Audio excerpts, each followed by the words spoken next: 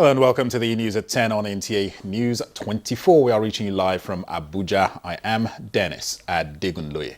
Let's begin with the headlines.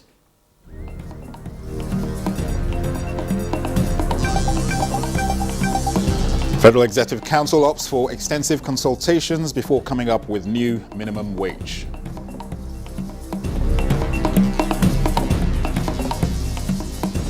Nigerian Education Loan Fund postpones application process due to low data submissions by state institutions.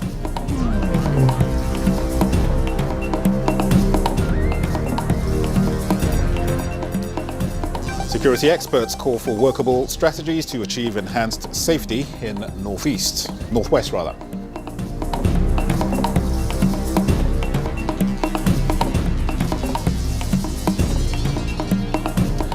And federal government pledges vibrant economy through collaboration with private sector.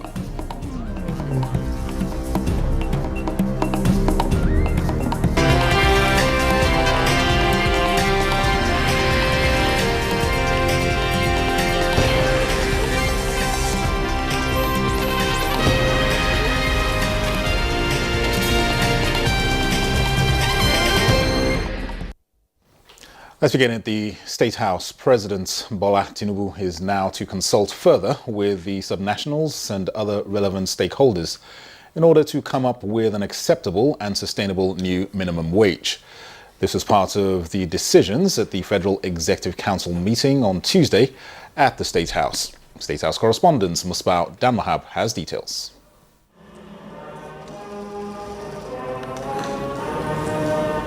Members of the Federal Executive Council too embraced the renewed national anthem for the first time and for the only meeting yet in June.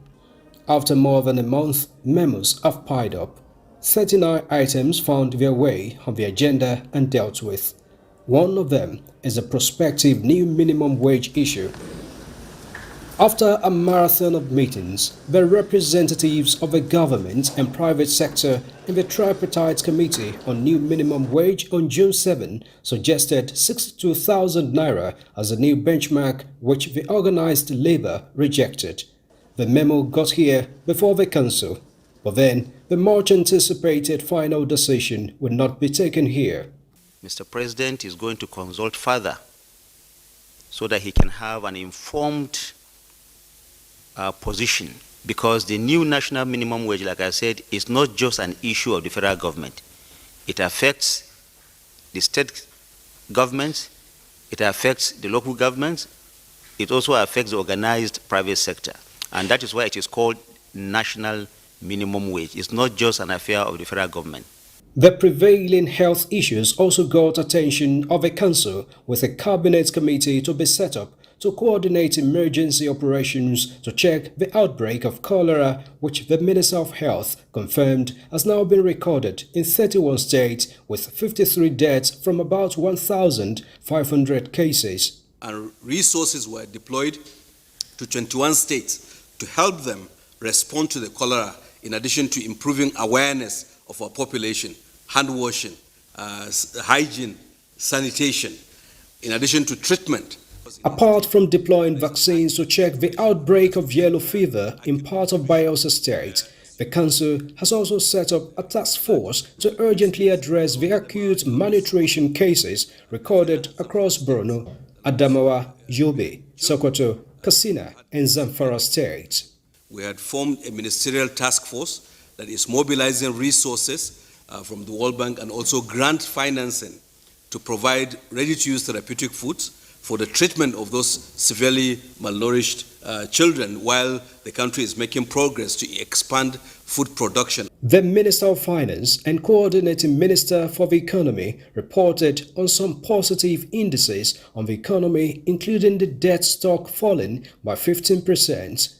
But most importantly, it says the President is concerned with how to ensure food security. Setting up of the economy to put down the infrastructure that will lead to growth. You put infrastructure, you get growth. That is going apace. But the uppermost and the most important thing on Mr. President's agenda now is the issue of food security, nutrition, affordability of food for Nigerians, and is working day and night to come up with not just the longer term, but even the interim measures to help in that direction. The Council is now preparing toward the implementation of the 2022 National Policy on Plastic Waste Management by approving the immediate ban on single-use plastics across 8 ministries, departments and agencies. So what the federal government is doing is preparing the minds of Nigeria and leading by example.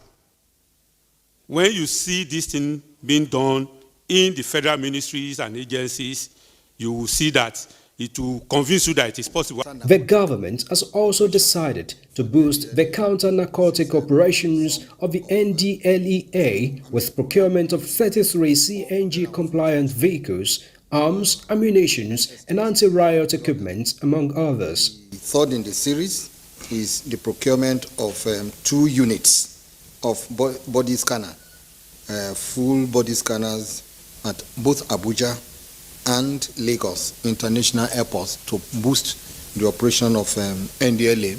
We had 3. Works Minister Dave Umahi, who got augmentation approval for 3 major roads in Enugu, Lagos and Cross River State, said that all roads projects across the country are being monitored for timely delivery.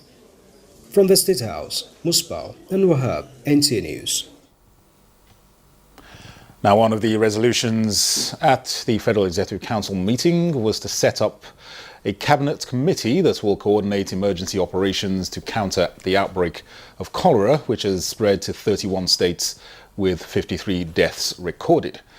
We're now being joined by Dr. Ganiu Jamiu, who is the Chief Consultant Epidemiologist, Federal Ministry of Health. He's joining us via Zoom from Uyo, the Akwa Ibom state capital, to give us an update on the outbreak of cholera in Nigeria. Hello and welcome to the News at 10. Thank you very much for being part of this 10 o'clock news. Thank you very much. Dr. Jamiu, quickly react to the step being taken by the Federal Executive Council. Yeah, okay. Thank you very much for the question. I think we have a president as part of his renewed hope agenda. We have a president who is a father who is ready at any time to respond appropriately to whatever emergency that is coming up. So as you can see, there is nothing new or special. It is one of the key responsibility of the president through the honorable minister. We did that during the COVID-19 pandemic when we have the task force. So the cabinet committee is also similar to that. It is part of the positioning and trying to provide effective leadership towards ensuring that the emergency operational center, which was activated on Monday at SCD's office, becomes so effective and be able to respond appropriately to the current cholera outbreak. So it is actually a step in the right direction. Thank you. All right, Dr. Jamiu, besides the steps that have just been taken by the council, what in your view needs to be done as well? Okay, actually I'm part of the Emergency Operational Center. You see, over time, I want to say we've evolved leveraging on our experience on Ebola and COVID-19 response. So we've been able to kind of build the capacity of the subnationals. That is why before the activation of the EOC, the national EOC on Monday, we are not surprised with the level of preparedness and response in individual states where the cholera outbreak is ongoing at the moment. So we are happy. It's still part of the government support, government effort to ensure that we have a resilient system that will be able to respond to any form of a medical emergency. So with what is happening at the moment, I think the state is well prepared, and you can see how a lot of things have been put in place and achieved in Lagos State and other affected states, even Ogun State at the moment. The capacity has been built already, so we are not surprised. What we are just trying to do at the national is to ensure that we continue to give a kind of technical guidance, as well as ensure that those states that need some logistics and supply have been provided. At the moment, about 21 states have been provided with supply just to assist them. And at the moment, we're also monitoring. There have been some technical support to the affected state through the NCDC. So a lot of things are actually happening, and we're also reviewing the data to see that we continue to provide the appropriate logistics. And also with the set of the cabinet committee, that will also help. Yes, I want to believe that. Yes, is okay. So yes, and I want to also say with the establishment of the cabinet committee, it also help in providing financial support and all the necessary support so as to complement what all the state government have already put in place in ensuring that we flatten the curve and reduce the fatality that is associated with the ongoing cholera outbreak. Thank you. All right, and in terms of vaccines, do you think we really need more of these to counter the spread of cholera? Yeah, actually, cholera is just an additional public health tool. The major thing regarding cholera, to control cholera, will require the basic measures such as ensuring both food and water hygiene, personal hygiene, environmental sanitation. Those are very key in addition to the vaccine. Vaccine is only meant actually for those that are vulnerable, that close contact with those that are infected. But in the nutshell, if you are to look at the driving forces to some of these recurrent cholera outbreak in the country, we have to look at how we can stop this idea of open defecation. You will agree with me that before the rainy season, there'll be a lot of practices regarding open defecation. And with the coming of rainy season, you now find that some of these have been washed into our rivers, seas, underwater system and so on. So and this has really contributed to that. So apart from the vaccines, we need to also put some of these sanitary measures in place, and also that our water, we need for our source of water is also very, very important. We need to, for those people who cannot afford the bottled water or the standard water board system as is being operationalized in FCT, that may need for them to boil their water, they need for them to cook their food appropriately. I think those measures are very important. In addition, the vaccine alone, because vaccine protection is about 65%. So it's a combined effort. A vaccine alone is not enough. All right, Dr.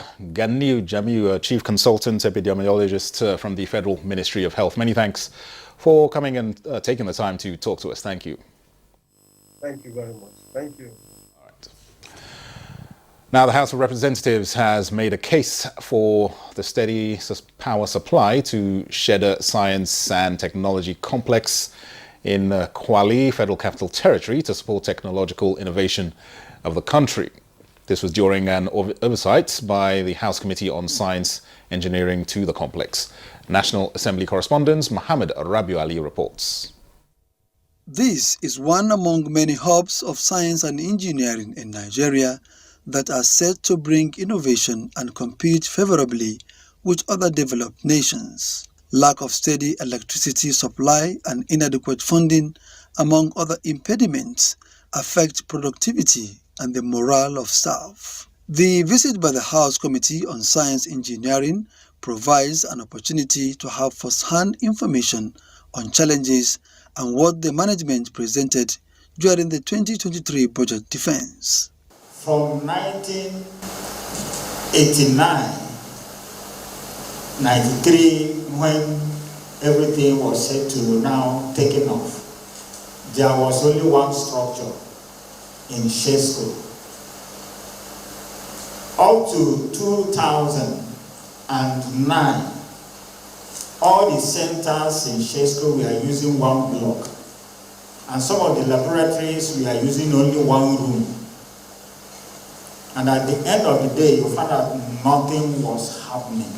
We'll come back to the drawing board,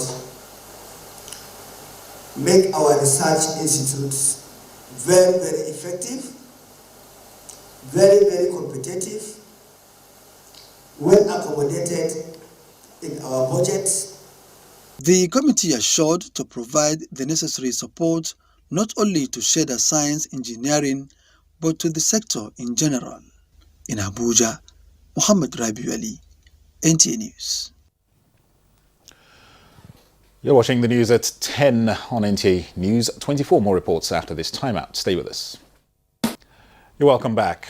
Let's talk security now, and the President's Bola Tinubu administration's commitment to free and responsible journalism through access to accurate information, regular media briefings and training opportunities has been reiterated by the Minister of Information and National Orientation, Mohammed Idris. This was at a training workshop for the media organized by the National Counter-Terrorism Center, Office of the National Security Advisor. Salihu Gwanara reports. Although members of the pen profession do not have the power to shoot a gun in the fight against terrorism, they control the pen, whose power is mightier than that of the sword. This is to update members of the media, particularly defense correspondents, of the dynamics and strategic roles they are expected to perform in sustaining the battle against terrorism. Minister of Information and National Orientation Mohammed Idris joined in the advocacy and encouraged the media to use data and research to authenticate their reports and avoid sensationalism. Without propaganda, terrorism would not thrive. And at all times, a terrorist will always want to be in the news. So it is the responsibility of all of us as media practitioners to know the kind of news coverage that you give them. I have said it times without number that it is often not helpful when on the front pages of our newspapers you find pictures of terrorists with AK-47 across their shoulder and portraying them as if they are actually heroes. They are not. These are enemies of our land, and we should treat them as such. So this kind of engagements, Jaralaka and other distinguished guests here, please deepen it in the interest of the fight against terrorism. Journalists not only set agenda, but mold opinions, because the media also function as a conviction instrument which can be used to thwart counterproductive activities. We are hopeful that the workshop will allow for honest dialogue that will generate useful ideas to improved strategies of reporting to enhance peace and security in Nigeria. With the theme, effective reporting towards strengthening alternatives to terrorist ideologies, contemporary security challenges, the defense correspondents are expected to cross-fertilize ideas with relevant stakeholders as part of efforts in fighting terrorism using the non-kinetic approach. In Abuja, Saliu Gwanara, NTA News. And in a landmark move, leaders from the Northwest region, in partnership with the United Nations Development Programme, have pledged to address the root causes of insecurity and promote economic growth as the Northwest Peace and Security Summit concludes in Katsina. The two-day summit ended after intense discussions on the way forward. Awal Haliru reports. The two-day summit brought together governors from the 7 states in the Northwest region, security experts and development partners to discuss the lingering insecurity challenges and developmental issues facing the region.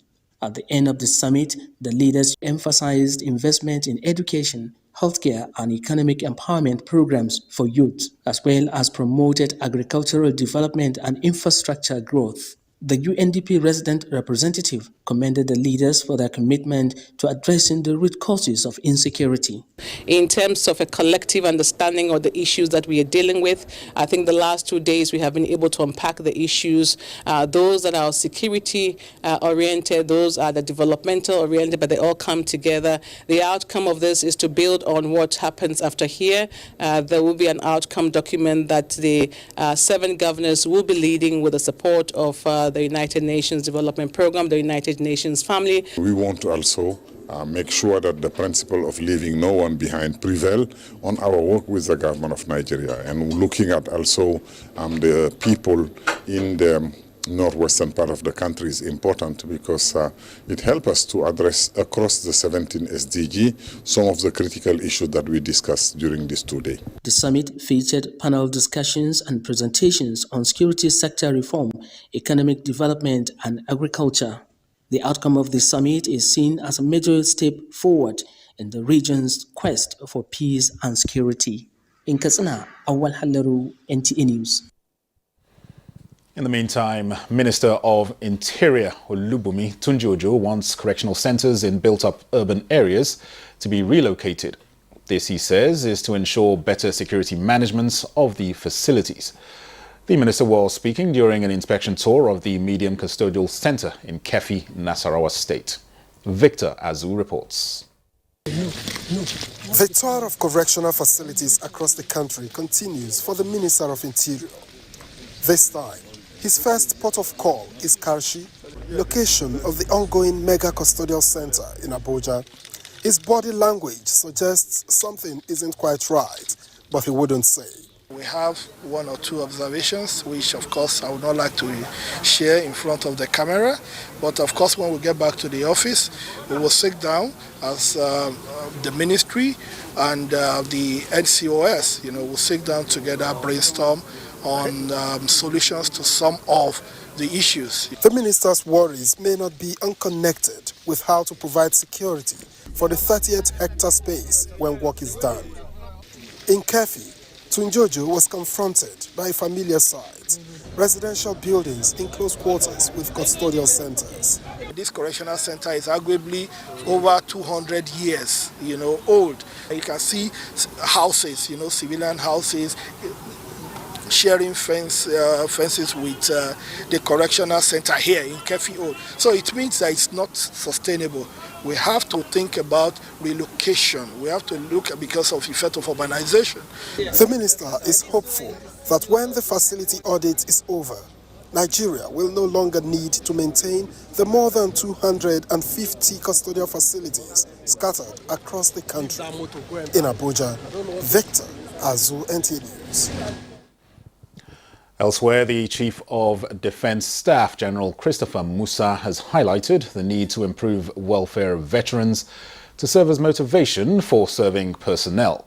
This was during the Maiden Veteran Stakeholders Forum held in Abuja. The forum provided a platform for veterans to interact with the military hierarchy and seek solutions to welfare challenges faced by veterans in Nigeria.